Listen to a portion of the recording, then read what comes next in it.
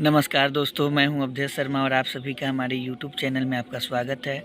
आज की वीडियो में आप सभी को बताने वाला हूं कि अध्याय नंबर 12 बैंक में शिकायत निवारण व्यवस्था और बैंकिंग लोकपाल योजना से संबंधित जानकारी देने वाले हैं। तो आप लोग को हम बता देते कि पिछले वीडियो में आपको कहां तक समझा दिए थे, इसका परिचय समझा चुके हैं।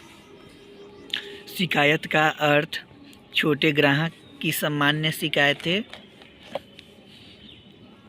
उसके बाद शिकायत निवारण की मॉडल नीति, उसके बाद है ग्राहक शिकायत, उसके बाद बैंकों में शिकायत का निवारण व्यवस्था, फिर शाखा में शिकायत का समाधान, उसके बाद क्षेत्रीय कार्यालय स्तर पर शिकायतों का समाधान, उसके बाद प्रधान कार्यालय स्तर पर शिकायतों का निवारण, उसके बाद शिकायत वर्धन प्रणाली, उसके बाद शिकायतों और परिवेदनाओं को देखते हुए नोडल अधिकारी, अन्य वरिष्ठ अधिकारी और प्रदर्शन की अनिवार्य अपेक्षाएं। यहाँ तक आप सभी को वीडियो के माध्यम से समझा चुके हैं। अब हमको आज आप लोग को शिकायतों का निवारण आप लोग को समझाने वाले हैं। देखिए, शाखा में ग्राहक सेवा के संबंध में शिकायतों या परिवेदनाओं के निवारण के लिए शाखा प्रबंधक जिम्मेदार है। क्या है?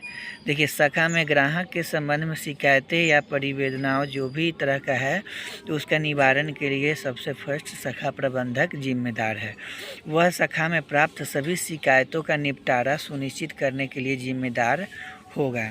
मतलब जो भी शाखा में किसी भी तरह का शिकायत आया है, उसका सुनिश्चित करने के लिए शाखा प्रबंधक जिम्मेदार है। जब भी ग्राहक से शिकायत प्राप्त होती है तो बीसीए को अनिवार्य रूप से इसे शाखा प्रबंधक के ध्यान में लाना चाहिए। अगर बाई चांस जो बीसीए जो कारोबार होता है, सुलभ करता है, तो उससे जो भी शिकायत होता है वो चीज़ मतलब शाखा प्रबंधक को जानकारी होना चाहिए। यदि शाखा प्रबंधक यह महसूस करता है कि समस्या का समाधान उसके स्तर पर संभव नहीं है, तो वह मामले को मार्गदर्शन के लिए क्षेत्रीय कार्यालय में भेज सकता है। जैसे कि अगर किसी भी तरह का शिकायत आया तो उसको अगर शाखा प्रबंधक को महसूस हो रहा है कि यह समाधान हमारे से नहीं होने वाला है, तो वो क्या काम कर देंगे कि मार्गदर्शन के लिए वो अपने क्षेत्रीय कार्यालय को भेज देंगे। इसी प्रकार यदि क्षेत्रीय कार्यालय यह पाता है कि वे समस्या का समाधान नहीं कर सकते हैं, तो ऐसे मामले को बैंक के नोडल अधिकारी के पास भेज सकते हैं। जैसे कि अगर बैंक से जो उनसे नहीं समाधान होने वाला महसूस करते हैं, तो क्षेत्रीय कार्यालय को भेजेंगे, और क्षेत्रीय कार्यालय से भी उस समस्या का समाधान नहीं होगा, तो ऐसे मामले को क्या करेंगे कि बैंक के नोडल अधिकारी के पास भेज सकते हैं। समय सीमा प्राप्त शिकायतों को सही परिप्रेक्ष्य में देखा जाएगा।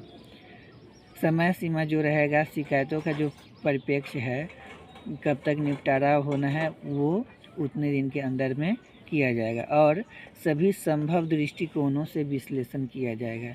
जो शिकायत आता है उस पर अच्छे से विश्लेषण किया जाएगा। शिकायतों को देखने और उनका निपटान करने के लिए सभी स्तरों, जिनमें शाखाएँ, क्षेत्रीय कार्यालय और प्रधान कार्यालय शामिल है, विशिष्ट समय सूची निर्धारित की गई है। देखिए, यहाँ क्या है कि शिकायत का निपटान के लिए सभी स्तरों पर क्षेत्रीय कार्यालय, प्रधान कार्यालय शामिल है। मतलब शिकायत का अगर होता है तो उसमें सभी लोग शामिल है और विशिष्ट समय निर्धारित की गई है। जो उसमें निर्धारित मतलब किया गया है, उसी बीच उसका क्षेत्रीय कार्यालय से उस विशिष्ट सूची निर्धारित की गई है। शाखा प्रबंधक द्वारा निर्धारित समय के भीतर शिकायत का समाधान करने का प्रयास करेगा। जो शाखा प्रबंधक को मतलब समय दिया गया है या क्षेत्रीय कार्यालय को दिया गया है या प्रधान कार्यालय को दिया गया है, तो उसके बीच में वो निपटान करने का कोशिश करेंगे।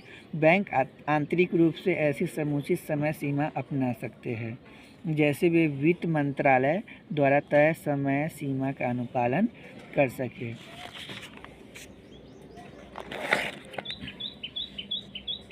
यहाँ देखिए शिकायतों के निवारण के लिए समय सूची। तो यहाँ देखिए वित्त मंत्रालय द्वारा समय सीमा क्या है और बैंकों द्वारा अपनाई गई समय सीमा क्या है। तो यहाँ देखिए कि सामान्य शिकायतें रिजर्व बैंक वित्त मंत्रालय। जो सामान्य शिकायतें हैं तो वित्त मंत्रालय के द्वारा समय सीमा 30 दिन दिया जाता है, 30 दिन है, और बैंकों को अपनाई गई समय सीमा उसको 21 दिन है। और यहाँ देखिए रिजर्व बैंक वित्त मंत्रालय वो 21 दिन और बैंकों द्वारा अपनाई गई 15 दिन। उसके बाद है यही है वित्त मंत्रालय सांसद वीपीआईपी प्रेषित शिकायतें। अगर सांसद वीपीआई शिकायतें अगर होता है तो उसका क्या करना है। और प्रधानमंत्री कार्यालय से प्राप्त शिकायतें। तो प्रधानमंत्री कार्यालय से अगर शिकायत आता तो इसका 15 दिन दिया गया है और बैंक द्वारा अपनाई गई समय सीमा 7 दिन। उसके बाद प्राप्त सभी शिकायतों की तत्काल प्राप्ति सूचना दी जाएगी। जिन मामलों में प्राप्त शिकायत की जांच करने के लिए कुछ समय की ज़रूरत होगी उसकी सूचना अंतरिम जवाब के द्वारा ग्राहक प्रदान की जाएगी। जितना भी तरह का शिकायत आएगा उसको तत्काल प्राप्ति जो होगा वो सूचना के रूप में दिया जाएगा। और प्राप्त शिकायत का जांच के लिए कुछ समय मतलब ज़रूर देना है और इसका अंतरिम जवाब भी द्वारा ग्राहक को प्रदान की जाएगी। इसका अंतिम जवाब कब निपटान होता है उसको भी जवाब मिलेगा। अब है शाखा क्षेत्रीय कार्यालय या सर्किल कार्यालय। उनको प्राप्त शिकायतों पर की गई कार्रवाई की रिपोर्ट प्रत्येक माह के अंत में प्रधान कार्यालय को भेजेंगे। जो शाखाएं हैं और क्षेत्रीय कार्यालय या उससे संबंधित जो भी सर्किल कार्यालय है तो उनको जो प्राप्त शिकायतों पर कार्रवाई की रिपोर्ट जो होता है तो प्रत्येक माह के अंत में प्रधान कार्यालय को भेजेंगे। ग्राहकों के साथ बातचीत। ग्राहक की अपेक्षाओं, ज़रूरतों या शिकायतों को बीसीए बैंक स्टाफ द्वारा ग्राहकों से व्यक्तिगत बातचीत कर बेहतर ढंग से समझा सकता है। जैसे कि अगर ग्राहक को मतलब उतना समझ बूझ अगर नहीं है तो उनको क्या काम करेंगे कि उसके साथ क्या अपेक्षा के साथ आया है ग्राहक और उनको ज़रूरतें क्या है और उनको शिकायतों का मौका क्यों मिल रहा है, चाहे बैंक स्तर पर हो चाहे बीसीए स्तर पर हो, तो उससे क्या काम करेंगे कि व्यक्तिगत बातचीत करके बेहतर ढंग से उसको समझा सकता है। और संरचित ग्राहक बैठकें ग्राहकों को यह संदेश देगी कि बैंक उनका ध्यान रखता है। ग्राहक को ये चीज़ भी शाखा प्रबंधक के द्वारा संदेश दिया जाएगा कि देखिए ग्राहक के लिए ही हम बैठे हुए हैं और आप ही लोग के सेवा के लिए है, तो आपके लिए हम तत्पर मतलब कार्य करते रहेंगे और जो भी शिकायतें होगा उसका निपटान भी करेंगे। और ग्राहक सेवा में सुधार के लिए उनकी प्रति सूचना या सुझावों को अहमियत देंगे। जो ग्राहक सेवा से में होगा तो उसका सुधार के लिए और उनको जो सुझाव दे रहा है उस पर भी शाखा प्रबंधक अहमियत देंगे। बैंक सेवाओं के बारे में कई शिकायतें ग्राहकों में जागरूकता के अभाव के कारण की जाती है। बैंक में जो बहुत तरह का सेवाएं आता है और बहुत तरह का सेवाएं जो होता है ग्राहक तक पता भी नहीं रहता है, उसका दुरुपयोग बैंक के द्वारा किया जाता है। लेकिन जो सामान्य तौर पर के जो ग्राहक होते हैं उनको जानकारी नहीं रहने की वजह से उनको बैंक द्वारा बहुत अपना मनमानी तरीके से बातचीत करना और मतलब बातचीत भी करना, उसके बाद दुर्व्यवहार भी करना और बैंक के स्टाफ के द्वारा धमकी देना भी ये भी सब रहता है। लेकिन वो होता है क्या होता है कि जानकारी के अभाव के कारण कि कैसे उसके बैंक के ऊपर भी कौन है उस सब का अगर नंबर रहता है, अगर ग्राहक से नहीं समझे तो उस पर एक बार कॉल लगा दिया जाता है और कॉल लगाइए तो बैंक के स्टाफ भी सही हो जाते हैं। पहले तो शाखा प्रबंधक तक ये शिकायतें जाता है। अगर शाखा प्रबंधक भी अपने स्टाफ के मनमानी में है और उसको नहीं डांट के डायरेक्ट ग्राहक को ही डांट दिया जाता है, तो उस समय कुछ नहीं, जो उसका क्षेत्रीय कार्यालय का जो नंबर होता है वो सब बैंक का अलग अलग होता है, तो उसको कॉल कर सकते हैं। ग्राहकों में जागरूकता के अभाव का कारण, और ऐसी बातचीत ग्राहकों को बैंकिंग सेवाएं बेहतर ढंग से जानने में सहायता प्रदान करती है। जो भी अभाव के कारण रहता है तो वो तो हो गया, और ऐसी जानकारी ग्राहकों को बैंकिंग सेवाएं को ढंग से जानने का सहायता प्रदान करेंगी। जो भी बैंक से संबंधित जानकारी है वो ग्राहक तक पहुंचाने में सहायता करेंगे, और ग्राहकों से प्रति सूचना ग्राहकों की अपेक्षाओं को पूरा करने के लिए योजनाओं एवं सेवाओं में संशोधन करने के लिए मूल्यवान इनपुट होगी।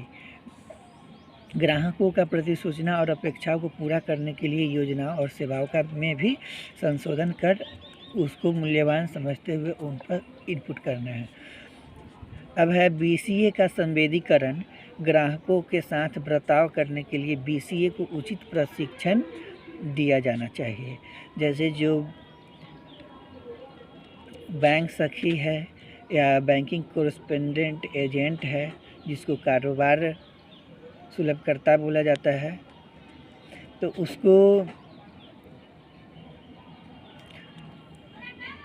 उसको क्या काम करना है कि उसको भी समय पर BCA एजेंट को प्रशिक्षण देना है, ताकि वो ग्राहक से बर्ताव कैसे करे।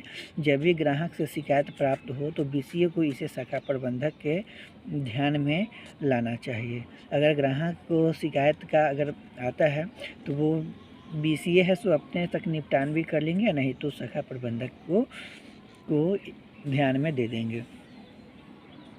अब है बैंकिंग लोकपाल योजना।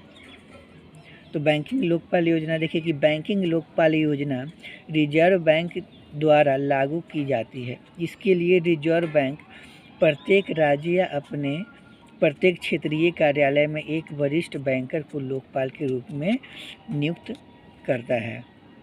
देखिए क्या है, बैंकिंग लोकपाल रिजर्व बैंक द्वारा लागू की जाती है। इसके लिए रिजर्व बैंक द्वारा प्रत्येक राज्य में और क्षेत्रीय कार्यालय के लिए वरिष्ठ बैंकर को लोकपाल के रूप में नियुक्त करता है। लोकपाल से आशय ऐसे अधिकारी से है जिसे प्रशासन के विरुद्ध जांच करने के लिए नियुक्त किया जाता है। लोकपाल से आशय की अधिकारी है उसे प्रशासन के विरुद्ध जांच करने के लिए भी नियुक्त किया जाता है। बैंकिंग लोकपाल ग्राहकों की शिकायतों को सुनता है और उसका सुलझाना है तथा शिकायतकर्ता की संतुष्टि के लिए जवाब भी देना है।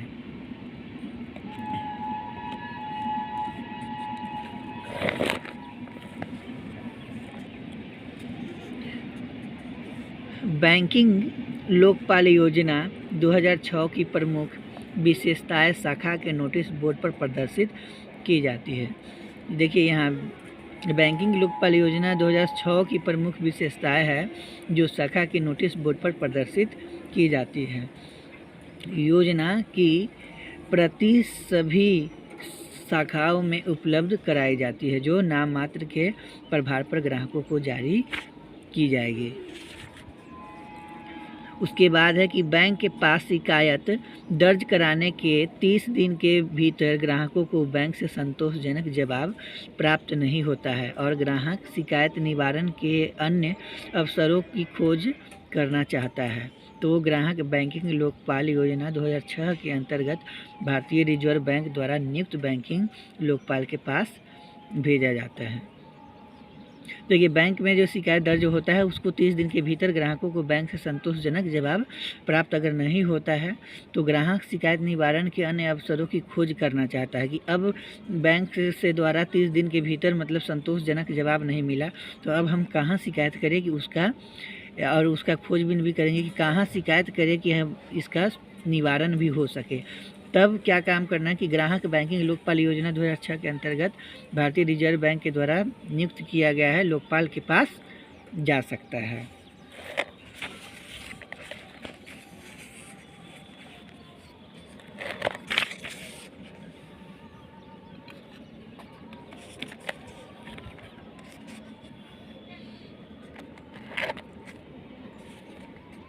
उसके बाद देखिए कि ग्राहक शिकायतों को देखने के कई विकल्प है, जैसे बैंक की शिकायतें निवारण। ये देखिए क्या है, बैंक शिकायत के लिए शिकायत निवारण की अन्य व्यवस्था के पीछे औचित्य क्या है वो समझना है।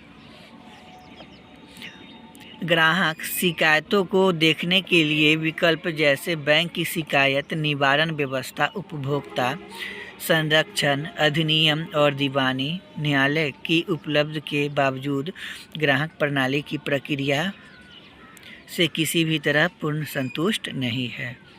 देखिए ग्राहक क्या है, ग्राहक शिकायतों को देखने के लिए वैकल्पिक जैसे बैंक की शिकायत निवारण व्यवस्था, उपभोक्ता अधिनियम, दीवानी न्यायालय की उपलब्धता ग्राहक प्रणाली प्रक्रिया के किसी भी तरह संतुष्ट नहीं है। और बैंकिंग लोकपाल योजना बैंकर और ग्राहक के बीच विवाद को त्वरित, निष्पक्ष, विशेषज्ञता और किफ़ायती ढंग से निपटाने के एक प्रभावी विकल्प है। बैंकिंग लोकपाल योजना जो है बैंक के बीच जो विवाद होता है उसको त्वरित और निष्पक्ष, विशेषज्ञता और किफ़ायती ढंग से निपटाने के लिए एक प्रभाव विकल्प है। जो ये जो सामान्य शिकायतें हैं वो अगर सामान्य तौर पर नहीं होता है तो कैसे आगे बढ़ता है उसी से संबंधित है। उसके बाद योजना को उद्देश्य बैंकिंग सेवाओं से संबंधित शिकायतों का समाधान करना और ऐसी शिकायतों के निपटान को सुगम बनाना। यह बैंकों के बीच विवाद का भी समाधान करती है।